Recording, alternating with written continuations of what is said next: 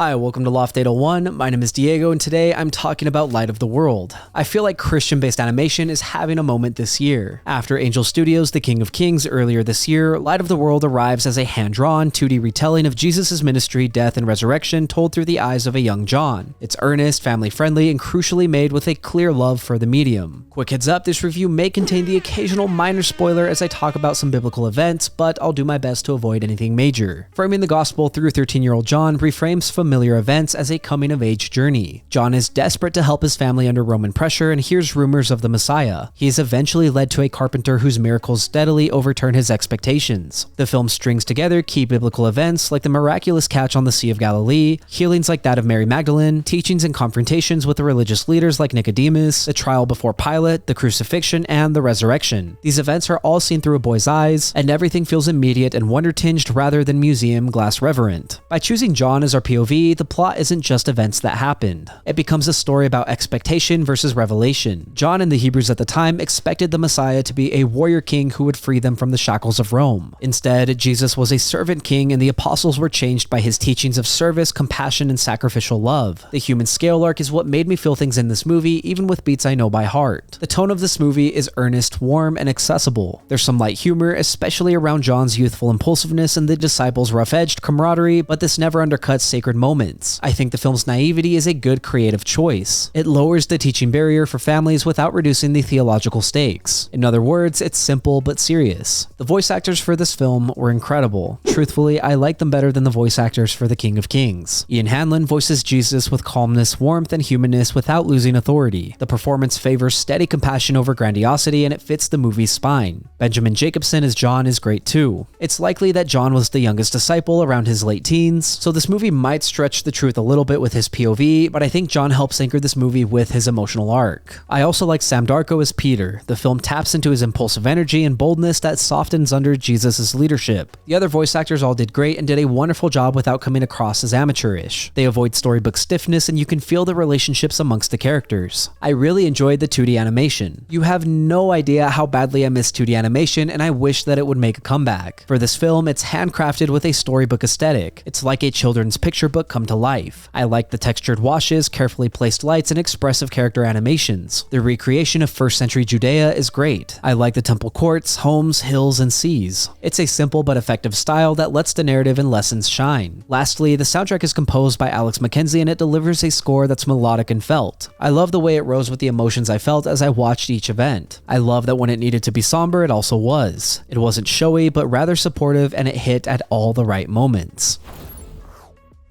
In Light of the World, simplicity is its strength. It doesn't try to be revisionist art cinema. It makes the gospel legible and lovely for kids without losing adult weight. John's childlike frame gives old stories a new heart feel, and the hand-drawn aesthetic fits that beautifully. It does trim and condense some moments, and I'm okay with that because it serves a cohesive arc and avoids becoming overstuffed. I teared up more than once, and the movie closed with a prayer that felt sincere rather than performative. If promotion had matched the film's quality, this movie could have found a wider audience. I didn't see a single trailer, and I was the only person in my theater. But judged purely as a film, it's inspiring, wholesome, and a strong entry in the growing slate of faith animation. If you love The Prince of Egypt, this taps into that same big emotions, clear motifs energy, just with a softer illustrated look. So I can happily recommend checking this movie out. Thank you for listening to my review of Light of the World. If you enjoyed the content, leave a like and hit subscribe. If you did not enjoy the content, thank you for sticking around. As always, I would love to read what you have to say, so leave a comment and let me know what you're thinking. Also, if there's something you want to see reviewed, don't forget to let me know and I will do my best to get to it. Lastly, if you want to see some more from me, then you can check out my vlogs linked up above or my podcast, Good Friends. Again, thank you for watching. My name is Diego, and I will see you next time.